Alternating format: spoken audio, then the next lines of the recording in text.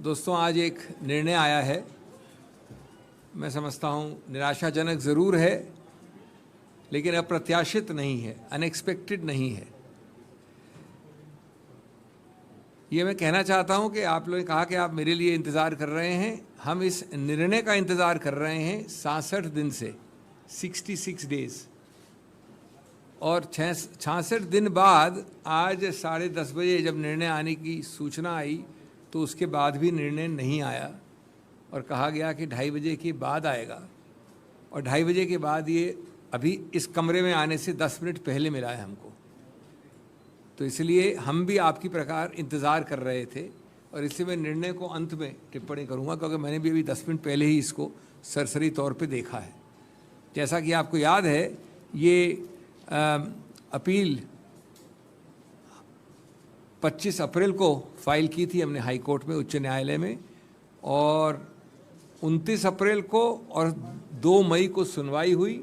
उसके बाद आरक्षित हुआ, और आरक्षित होने के बाद 2 मई से आज 7 जुलाई को 66 दिन बाद आया है निर्णय। मैं निर्णय में आने से पहले चार चीज़ें कहना चाहता हूँ शुरू में।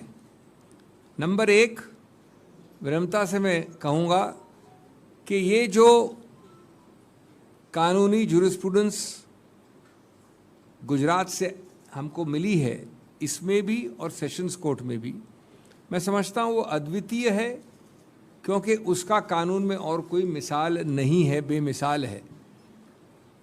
समांतर और कुछ नहीं है इस सब्जेक्ट में मानहानि के। मैंने पहले जो 2-3 बार आपके समक्ष वार्ता की, मार्च में भी और अप्रैल में भी इसी विषय में, तो मैंने आपको बताया था कि किस प्रकार एक पूरे समुदाय को, जो बेढब है, अपरिभाषित है समुदाय, उसके बारे में मानहानि प्रमाणित करना करीब करीब असंभव है। सीधा प्रेस वार्ता में 3 न्यायालय में, पिछले कोर्ट में भी कहा, एक सरल प्रश्न कि जो ये याचक हैं, शिकायतकर्ता हैं, वो खुद कैसे मानहानि के शिकार हुए, ये कृपया बताया जाए। आज तक इस प्रश्न का उत्तर आज वाले निर्णय को मिलाकर अभी तक नहीं आया है कि इन व्यक्तियों की मानहानि कैसे हुई। दूसरा प्रश्न मैंने रखा था आपके समक्ष कि इस ऑफेंस का, इस पूरे कार्रवाई का एक अभिन्न अंग है द्वेष, मैलिस। न इस निर्णय ने, न पहले निर्णय ने किसी रूप से आपको बताया कि कैसे और कहाँ से द्वेष आता है इसमें। और वो पूरी स्पीच जो माननीय राहुल गांधी जी की है, उस पर देख लिया जाए, 2 वाक्य हैं, उसमें कहाँ से द्वेष आता है, और उसका उत्तर भी नहीं दिया गया निर्णय में। और तीसरा भी मैंने एक प्रश्न उठाया था कि इससे याचककर्ता, शिकायतकर्ताओं को किस प्रकार से नुकसान, डैमेज, लॉस हुआ है, उसका भी। तीनों प्रश्न ये बिना जवाब के हैं। आज मैं समझता हूँ एक भी मिसाल नहीं है किसी कोर्ट कचहरी की जहाँ पर इस प्रकार का एक जनरल वाक्य पूरे समुदाय के हर अंग को, हर व्यक्ति विशेष को लागू किया गया है। किसी भी केस में ऐसा कन्विक्शन नहीं हुआ है, और कन्विक्शन के बाद कन्विक्शन का सस्पेंशन नहीं होना भी कहीं नहीं हुआ है। अभी तक हमें इसका औचित्य इस निर्णय में भी नहीं मिला है। दूसरा एक और पहलू है कि बार बार जिक्र किया जाता है राहुल गांधी के और अन्य केसेस के बारे में। तो श्री राहुल गांधी और अन्य केसेस जो मानहानि के हैं या जो और हैं, किसी में भी दोषी नहीं ठहराए गए हैं। वो एक अभियुक्त हैं कुछ और केसेस में। एक अभियुक्त की हैसियत से उनके ऊपर ये टिप्पणी करना बिल्कुल गलत होगा, और बार बार इस निर्णय में भी इसका जिक्र होता है कि किसी अमुक केस में उनके विरुद्ध कुछ ऐसी चीज़ है, लेकिन वो किसी में भी दोषी नहीं ठहराए गए हैं। तीसरा, ये जितने और केसेस की बात होती है, उसका स्रोत, उन सबका स्रोत एक ही है। उन सबके स्रोत याचककर्ता, शिकायतकर्ता या तो बीजेपी के कर्ता धर्ता हैं, वरिष्ठ नेता हैं, ऑफिस बेरर्स हैं और बड़ा स्पष्ट है कि ये करवाया गया है, एक बनावटी ऑर्केस्ट्रेटेड प्रयत्न है हर उस केस में। तो जब सब जगह ऐसे केसेस हैं तो द्वेष का सवाल कहाँ से आता है? द्वेष तो उल्टा याचककर्ता और शिकायतकर्ता से निकलता है, न कि अभियुक्त से। और ये एक ज़्यादा विशाल एक कॉन्स्पिरेसी है जिसका उद्देश्य है कि स्वतंत्र विचार और स्वतंत्र वाक्य और बातचीत पे रोकथाम हो, उसका गला घोंटा जाए और इस प्रकार की स्वतंत्र सोच कोई एमपी हो या एमपी न हो वो नहीं कर पाए।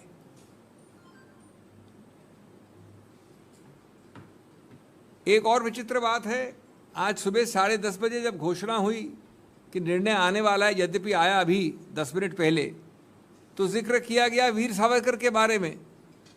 यानी इस निर्णय का जो अभी हमने देखा है, पैरा 63 में वीर सावरकर के एक केस का जिक्र है। रोचक बात यह है कि ये वीर सावरकर का केस दायर ही हुआ है 12 अप्रैल 2023 को, और श्री राहुल गांधी का दोषी ठहराना निचले कोर्ट्स द्वारा उससे 1 महीने पहले 23 मार्च को हुआ था। इसके बारे में कोई प्लीडिंग नहीं है, जिरह लिखित रूप से नहीं हुई इसके ऊपर। जब मामला ख़त्म हो रहा था अंतिम दिवस पे 2 मई को जब मैं गया, तो अंत में दूसरी तरफ के याचक ने इसका जिक्र किया है कटिंग देके, अखबार की कटिंग। आश्चर्य है, अचंबा है, लेकिन जैसा मैंने कहा पूरी प्रकार से अप्रत्याशित नहीं है कि ये एक मेजर प्रमुख आधार बन गया है निर्णय का। एक ऐसी चीज़ जिसमें एक आरोप लगाया, सिर्फ आरोप है, कोई दोषी नहीं है, 1 महीने बाद ओरिजिनल कंप्लेंट के। मैं ये भी कहना चाहूँगा कि इस बारे में कोई आपको गलतफहमी नहीं होनी चाहिए कि जो ये मूल मुद्दा है, सिद्धांत है इस केस में, वो हम सबको, हम एक एक व्यक्ति को असर दुष्प्रभाव करता है, इन्वॉल्व हम सबको करता है। ये सिर्फ किसी एक व्यक्ति विशेष या राहुल गांधी या इनका या मेरा या आपका केस नहीं है। क्यों? क्योंकि ये उस अखाड़े की बात है जो स्वतंत्र बोलचाल का अखाड़ा है। ये उस अखाड़े की बात है जो स्वतंत्र अभिव्यक्ति का अखाड़ा है। और सबसे बात, जैसा मैंने कहा, मूल बात है कि वहाँ पर किस प्रकार से नियंत्रण हो, ये कंट्रोल फ्रीक सरकार का उद्देश्य है। उस अखाड़े पे किस प्रकार से रोकथाम हो, गला घोंटा जाए और उस पर बार बार प्रहार किया जाए, ये मूल मुद्दा है। मानहानि के कानून को पूरी तरह से दुरुपयोग किया गया है उस उद्देश्य को हासिल करने के लिए। समक्ष कि कितना भी आप प्रहार करें, इंटिमिडेशन, हैरेसमेंट करें, कितना भी आप जेल से डराएं, मैं नहीं समझता कि श्री राहुल गांधी इस प्रकार की चीज़ों से किसी रूप से कभी भी, उनका ट्रैक रिकॉर्ड दिखाता है, कभी डरे हैं। वो एक सत्य के राह के निडर यात्री हैं और वो बीजेपी का झूठ का पर्दाफाश करते रहेंगे, बार बार करेंगे। मैं ये भी समझता हूँ कि ये इस प्रकार का झूठ का जो पर्दाफाश किया जाता है, उससे ये सरकार बौखलाई रहती है, घबराहट में रहती है, चाहे वो डिमोनेटाइजेशन का मुद्दा हो, चाहे वो चीन का मुद्दा हो, आज की जो आर्थिक दुर्दशा है उसका मुद्दा हो, और इसीलिए उसको भुलाने, छुपाने, डाइग्रेस करने के प्रयत्न आप बार बार देखते हैं। हमें विश्वास है अंत में कि न्यायपालिका सत्य का ही साथ देगी। अहंकारी सत्ता को अंत में एक कड़ा जवाब मिलेगा हमारे अंतिम निर्णय से, जिसकी तरफ हम अग्रसर होंगे अब उच्चतम न्यायालय में। दोस्तों, मैं एक चीज़ और कहना चाहता हूँ। जो जजमेंट अभी 10 मिनट पहले हमें मिला, जो 67 दिन बाद मिला, उसमें 2-3 स्पेसिफिक मुद्दे हैं जो आप भी पढ़ेंगे बाद में, लेकिन मैं आपका ध्यान आकर्षित करना चाहता हूँ कि पैरा 43 और 1-2 और पैराज में इस प्रकार से लिखा गया है जैसे ये जो राहुल गांधी ने 1-1.5 वाक्य कहा, ये भारत का सबसे जघन्य अपराध है। और उसके बाद वाले पैरा 45 में ये भी कहा गया है कि ये वाक्य अपने आप में मॉरल टर्पिट्यूड भी है। मैं विनम्रता से कहना चाहूँगा कि कानून थोड़ा बहुत हम भी जानते हैं। कानून में मॉरल टर्पिट्यूड परिभाषित वाक्य है, फ्रेज है, शब्द है। कभी भी इस प्रकार का वाक्य जो कभी मानहानि मान भी लिया जाए, वो एक ऑफेंस हो सकता है जब तक कि उच्चतम न्यायालय निर्णित न करे, लेकिन मॉरल टर्पिट्यूड दूर दूर से नहीं हो सकता। इसमें क्या मॉरल टर्पिट्यूड है मैं जानना चाहूँगा। वो कुछ नहीं बताया है आपको। पैरा 45 में कहा है कि हम इसको मॉरल टर्पिट्यूड भी मान सकते हैं और मानते हैं। अगर ये चीज़ें हो सकती है मॉरल टर्पिट्यूड, तो मैं नहीं समझता। और उसके पहले वाले पैरा 43 पे 43 में ऐसा एक पिक्चर दिखाई गई है जैसे कि बहुत ही जघन्य अपराध किया है। ये क्लियरली, ये बड़े स्पष्ट रूप से बहुत मुख्य प्रमुख गलतियां हैं जो हम समझते हैं उच्चतम न्यायालय ठीक करेगा। तीसरा पहलू है कि बार बार ये कहा गया है कि ये एक वाक्य उस पूरे समुदाय के हर अंग को की मानहानि करता है। जो हमने तथ्य दिए कि कितने कितने विभिन्न अंग हैं, ये समुदाय अपने आप में परिभाषित नहीं है। अगर उस समुदाय को लेकर उसके कितने कितने अलग अंग हैं, उसके हर व्यक्ति को कैसे मानहानि हो सकती है। और सबसे बड़ी बात कि अगर ऐसा है तो कभी नहीं हो सकता कि उस पूरे अपरिभाषित समुदाय का कोई व्यक्ति उठकर लोकस होता है, हैसियत रखता है कि वो कोर्ट जा सके। 13 करोड़ लोग हों या 10 करोड़ लोग हों, उनमें से कोई भी शिकायतकर्ता बन सके, इसका कोई उत्तर नहीं दे पाया है ये निर्णय जो आज आया है।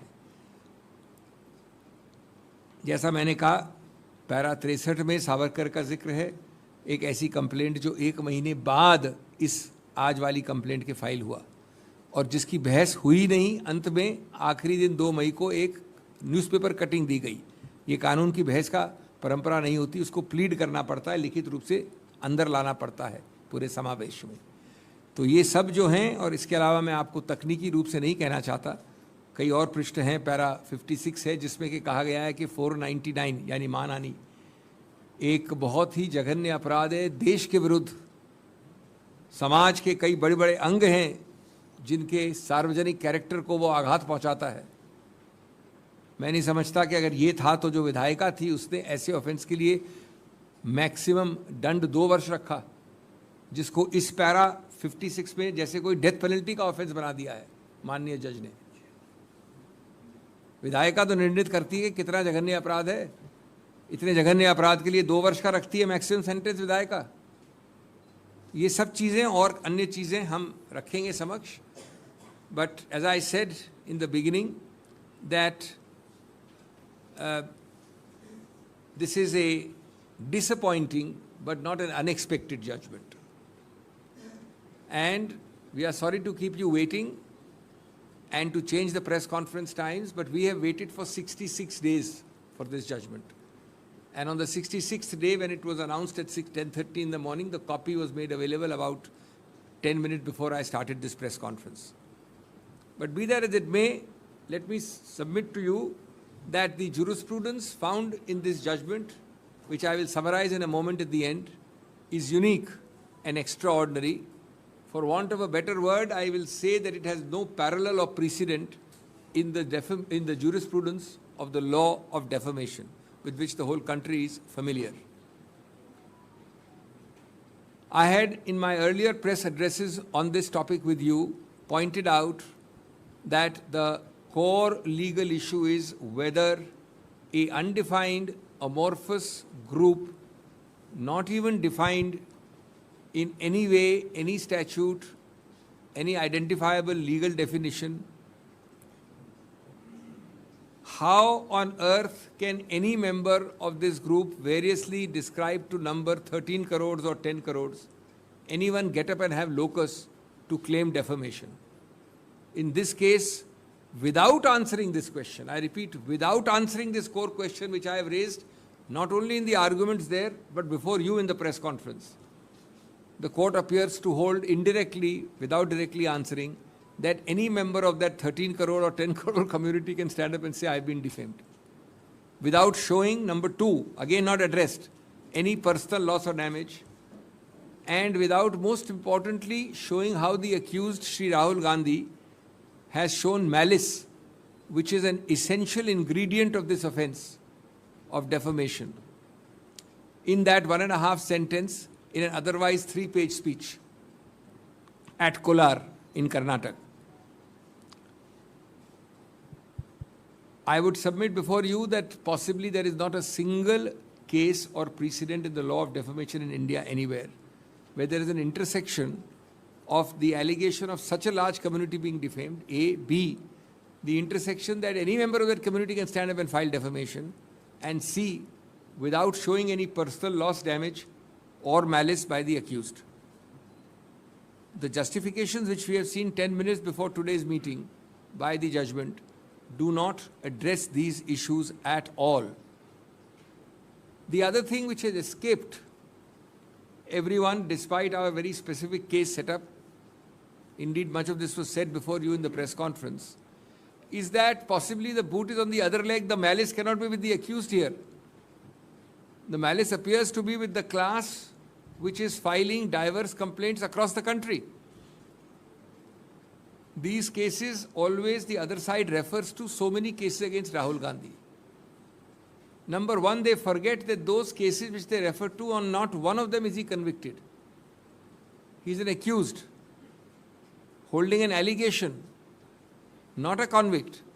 Second, all the complainants in those diverse cases are part of an orchestrated attempt. Each one of them is an office bearer, big, small or medium, of the BJP. So that clearly it is an orchestrated political campaign. Therefore, the question arises, this pattern, if at all, shows a clear motivated pattern, far from showing or even demonstrating any malice in the hands of the accused. It shows the malice on the hands of the complainants, assuming that they can be complainants in respect of such an amorphous community. There is this rather sad and completely illegal reference today at 10:30, after 66 days, in the announcement at 10:30 by the High Court, about a Veer Savarkar issue, forgetting, contrary to law, how this can be made a major basis of this judgment. It is a major basis because it finds specific paragraph 63 mention in this judgment. Forgetting that this Veer Savarkar complaint was filed in end of April 2023, 1 month after the current Kolar complaint had started in March 2023. Forgetting that it was not pleaded, not the basis of the other side's case, on the last day, on 2nd of May, when the arguments were being wrapped up in my physical presence, a cutting of a newspaper was handed across the bar, which mentioned another complaint about Veer Savarkar issue. That can hardly be the basis, as it appears to have become in para 63 of today's judgment, of an adverse order against Rahul Gandhi. It's against all canons of fair play, natural justice. It's against all canons of decision making to bring in extraneous facts like this thrown across the bar in a press cutting at the last day. Friends, this is a much larger issue. It is not an issue about Sri Rahul Gandhi, not an issue about me, you or him. The larger issue is how these desperate, blatant, open attempts to throttle the arena of free speech, सच बोलने वाले अखाड़े को किस प्रकार से गला घोटा जाए. It is, whether it's a political leader or a journalist, the idea is to throttle your free expression, free thought and free statement. And that is why this affects each of the courts we may have lost. The court to which we are now going, the apex court, but above all, it affects the court of the Janta, the largest court, the conscience of that court, the Janta court, which according to us has absorbed and realized the basic fact that the cottage industry of the BJP, based on vendetta, has unleashed these diverse complaint filing activities across the length and breadth of the country.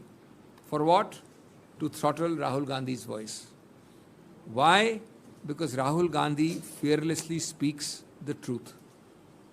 Because Rahul Gandhi is not intimidated by such pressure tactics and harassment and continues to expose you, be it on China, be it on demonetization, be it on the sad economic situation of unemployment and inflation. Friends, the judgments which we have now received do not address the three issues I have already mentioned. They don't address many other issues. The combination of circumstances which led to this complainant against Rahul Gandhi himself going and getting a stay against his own proceeding for many months, and then strategically and perhaps on auspicious days withdrawing his own stay to enable him to get a judgment which became the impugned judgment of the Sessions Court within about 6 weeks. That whole episode with dates has been put by me before you in my press conferences of 23rd March and 24th of March and on 20th April. And I'm not going to repeat them. Furthermore, I had said on those press conferences, and I'm taking a minute on that, because it appears that my statements there have become, the predictions there have become self-fulfilling prophecies. I had said that it signifies the systemic, repetitive emasculation of democratic institutions and therefore the strangulation of democracy itself. It signifies the harassment and oppression by telling you that, look, if you think free, speak free, act free, you will be visited with the worst possible criminal, civil and other consequences, including incarceration. Well, that is the larger issue.